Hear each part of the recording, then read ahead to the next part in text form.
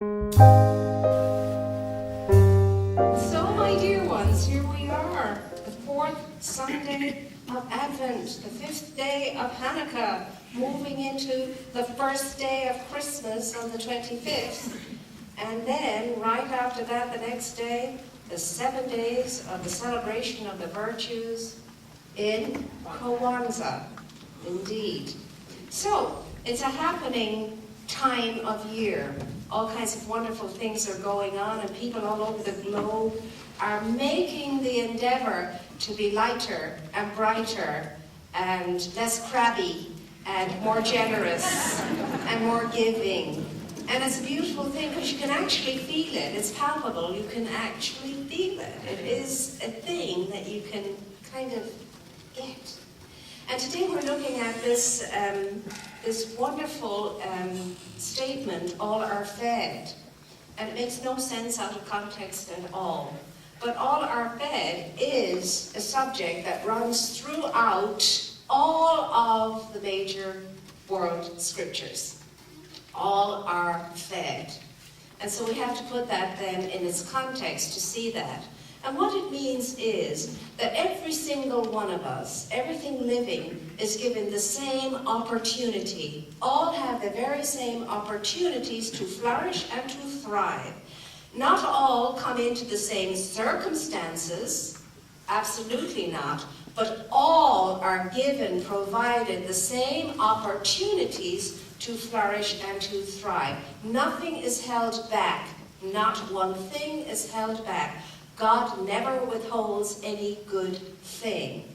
All is available to us, but it's kind of like a self-service kind of banquet. You have to get up off your derriere and walk to the table and help yourself. Nobody's coming to serve you. You have to go there, and when you do that, guess what? You get to pick and you get to choose. You don't have to eat what's put in front of you. You get to pick and you get to choose from a wonderful array of diverse things. And so all is given to us. All is provided for us. And yet, there's such need, there's such want, there's such lack, and there's such limitation as we look out there into the world and sometimes look within ourselves, you see. And so we have to be able to understand why that is. And that is so because of lack of recognition. Lack of recognition of what is available, what is there for each and every one of us in the form of good that we are supposed to have. There's lack of that recognition, because in order to trust that, to believe in that, to have faith in that, you must first recognize that that is so. And we don't always do that. And even those of us who are aware of this fall into separation and forgetfulness. And that is why we have all of these things showing up in our own lives from time to time. So, what is the answer? I mean, how is it that we can embrace the understanding and the realization that all are fed? That includes you, and that includes me too. And there's a fantastic and amazing that exploded for me when I came across it, that in a way I hadn't realized it before, in 2 Corinthians 5, verse 8. And it says, with confidence in strength and willingness, we go forward by faith and not by sight. And we choose rather to absent ourselves, to be absent from the body, so that we can be present with the Lord. Now, that hadn't struck me the way it struck me last night, I can tell you, before. So all that is saying is this: take your mind off your problem, put your mind on God, have that strength and faith and confidence in divine providence, and all is well. We walk in strength, in confidence, and the willingness to take ourselves away from the body and move into an awareness of the presence of God and its divine law. Because everywhere you get Lord in Scripture, you can substitute law. Be with the Lord is to be with the law. And then all things else are added unto you. So here, the body is meaning all things exterior, the world of the senses, the outside visible world, and the realm of the Lord is the invisible, beautiful, magnificent, empowering, divine substance, the presence that can mend and fix and heal anything that needs it. Take from us what we need to have taken from us and bring to us what we need to be brought to us. Now that's wonderful good news. That's incredible good news. But you see, we hear this over and over and over again. Take your mind off your problem, put your mind on God. As you think, so you are. It is done unto you as you believe. Blah, blah, blah, blah, blah, blah, Fido. Blah, blah, blah, blah, blah, blah, Fido. Sometimes that's how it sounds. But today we want to wake up to it. Because although we hear it over and over and over and over again, we don't hear it. We haven't heard it. What is it to hear what we're talking about? To hear what we're talking about means we got it to the point that we're demonstrating it in our lives. What are we demonstrating in our lives? This is the key. The key to this is, and it's summed up in 4 words.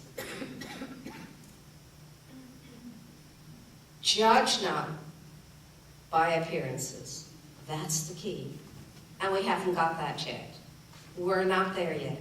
Because if we had that, if we were judging not by appearances, we would be applying the understanding and the recognition that my good is there for me and I'm supposed to have it. And we would be in strength and confidence, walking by faith and not by sight, judging by appearances, and we will be demonstrating all kinds of good.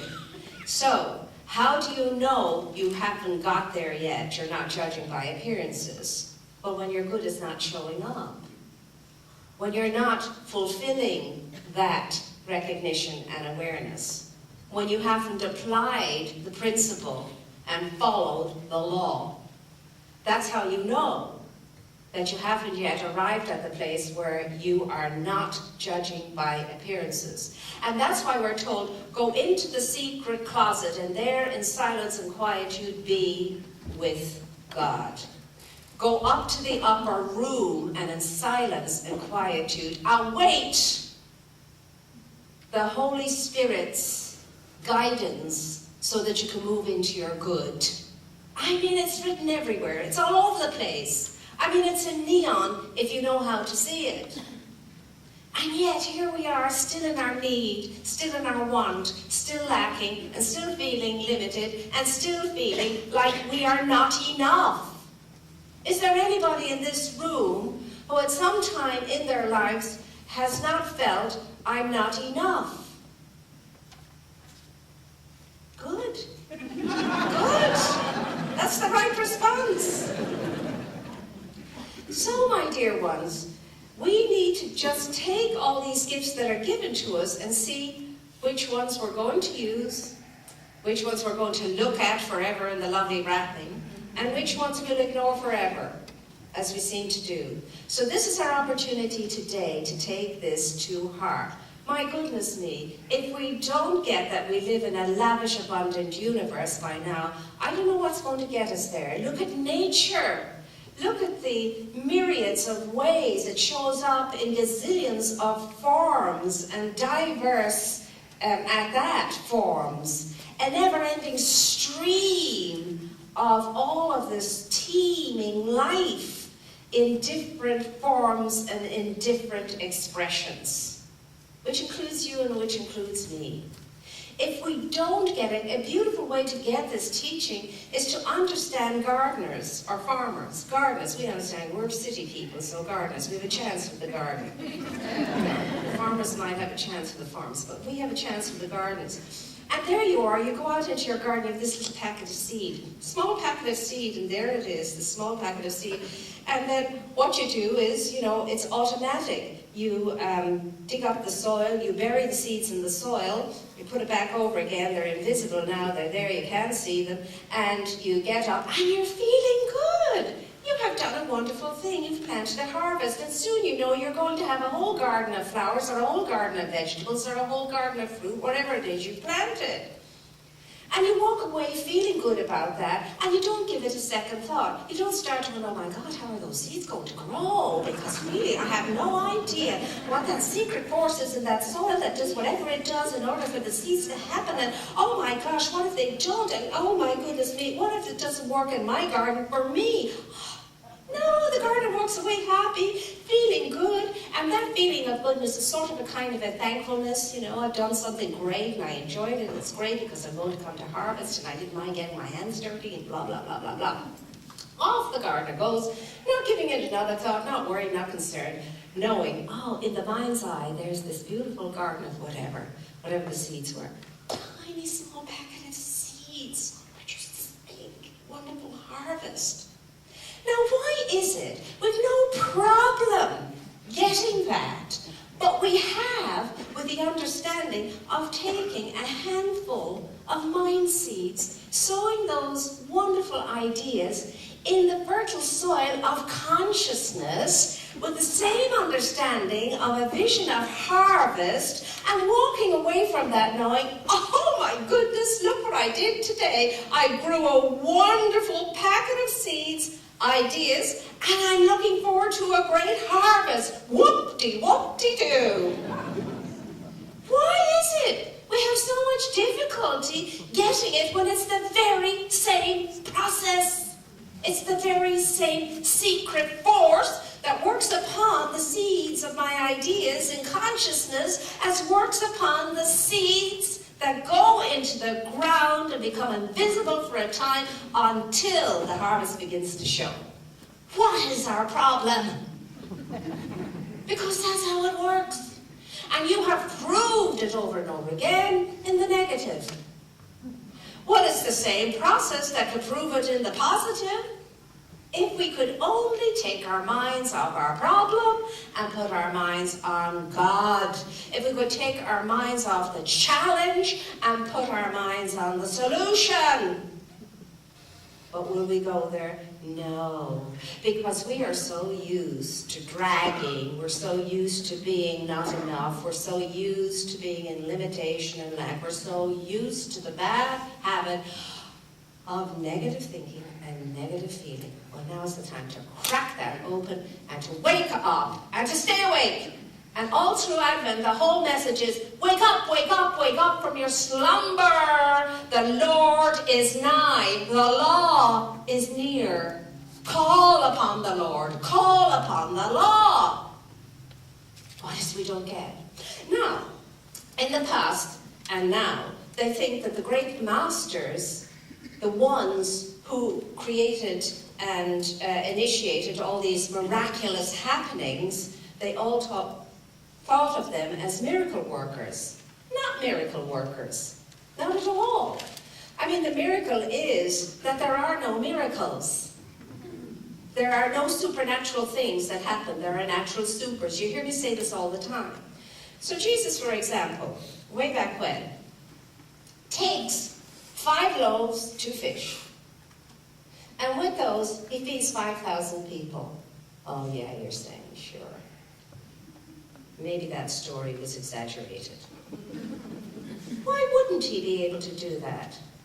If, and the if is important. If you follow his process, and you know how he did it, and the kicker is, he said, go and do likewise. You too can do what I have done. So what did he do? First thing he did was, he saw a need, and he knew there was a way to meet that need. It's the first thing. People got hungry. Second thing he did was, okay, what have we got? What can I work on? Is there any food out there? The scientists come back and say, you know what, Master? We have found 5 barley loaves and 2 fish. Okay. There's the beginning. there's the seed. The 5 barley loaves and 2 fish. In other words, whatever you have available to you is enough to work this. Whatever is available, whether it's a little drop of oil, in the Old Testament, the story of the widow with a little drop of oil that multiplied. You take what you have, whatever it is, and it's always enough. So what does Jesus do? Go straight into gratitude that he has the seed. That he has the beginnings enough to start out with to meet the need. So he's in thankfulness and gratitude. He's feeling good. He's feeling great. Good. We have the means. The next thing he does is to bless what he has. He blesses what he has. The next thing he does is divide it. He divides it all up. And he keeps dividing it and dividing it and dividing it as long as there is a need. As long as there is a need, he's in the moment, divide it as long as there is a need, until the needs are met. He gives it away. He gives it away. It's the last part of the process. He divides and gives, divides and gives. So he's grateful, he blesses, he divides, and he gives. And what is the outcome? Not alone are every person fed to full capacity, but there's a divine surplus left over. They gathered up 12 huge baskets of food that's left over after feeding the 5,000 with 5 barley loaves and 2 fish. How'd that happen? Well, the way it happened was Jesus was absent from the body, and he was present with the law. He took his mind off the problem, and he put his mind on God. He was not at all focused in any way on the visible world or in the visible realm. He was totally in confidence and strength and faith in his Father. His favorite word for divine providence, Father. Totally one with that process, knowing that he himself wasn't doing anything. It was the power and the presence of the Father within him that did the work. That's how he did it. And because he was so at one with the Father, there was no time lag between the sowing of the seeds and the harvest. No time lag. No time lag. And if you and I had that same awareness of attunement with Spirit, from the moment we sow the seed until it happens in harvest, there'd be no time lag. We wouldn't have to sit around and wait for 4 months for that to happen, or 2 months for that to happen, or 10 minutes for that to happen. It'd be immediate. And he said, you too can do this.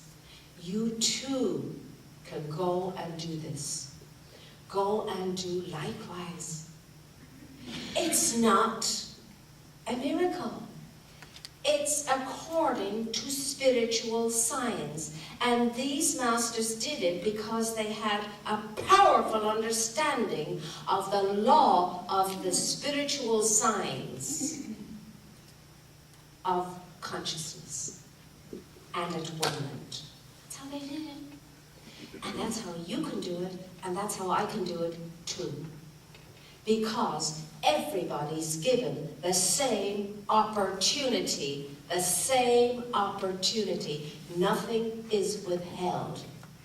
Everybody is called by the very same name, the beloved of the Father. That's your name. You are the beloved of the Father. And everybody has available the same opportunities. Now, whatever's going on in your life or in mine, we've got to get past it with regard to not being enough, not having enough, and all the rest of it. So that we can take what we have, plant those seeds, be grateful, bless, divide, give, and enjoy not only a harvest, but a divine surplus. Oh my goodness! There's your Christmas gift, my dear ones. That's your Christmas gift. being reminded of this. It's mine too. Mine too. And it's real, and it happens, and it's happening in the lives of people who get it, those who hear and those who see truly. Because to hear and to see truly, we must demonstrate, manifest, be able to use the law obediently, which is to come into cooperation with it and go with the flow of it. So whatever's going on in lives here, and not all of us are super happy at the moment, not all of us have perfect situations and conditions and circumstances at the moment. I suppose every one of us could manifest at a greater level of awareness and from a deeper and more enlightened state of being. Well, now is our opportunity to take Spirit at Spirit's word, to trust what we say we believe in, to have faith, what we say we believe in, to stand in strength and confidence in what we say we believe in. And if the portals of heaven will not open and shower us with blessings beyond imagination, beyond imagination. So if you can see it, if you can feel it, if you can perceive it, if you can imagine it in faith, in confidence, in strength, then it absolutely is yours. But know, without a shadow of a doubt, that as you go about manifesting, you are in the midst of a process. That you are just like the gardener. You have sown seeds, and those seeds are coming to fruition. And those seeds are providing a harvest. And you better be able to see that harvest as soon as you sow those seeds. You better be able to be in it, interject yourself into the end result, the harvest, and see it from the harvest, and feel it from the harvest, and live from the harvest, and think from the harvest, and do from the harvest. And you better not be afraid of dividing and giving, because if you get stuck at dividing and giving, no harvest. Oh, you'll get a little back, all right. Not the harvest, though, that you could receive. So let's be glad and rejoice at this time and know the fullness and the plenty and the richness of these sacred days, these sacred times. And they're only sacred because we've made them that. Because we make the effort at times like this to be a little bit more of the beloved of the Father in the way we think, in the way we do, in the way we are, in the way we show up. But we could do that and be that every single day of our lives if we so desire. Like Scrooge. We could get it, what Christmas is all about, what Christedness is all about, and endeavor as he did to live it every day of the year. So, my dear ones, God bless us, every one, and so it is. God has blessed us.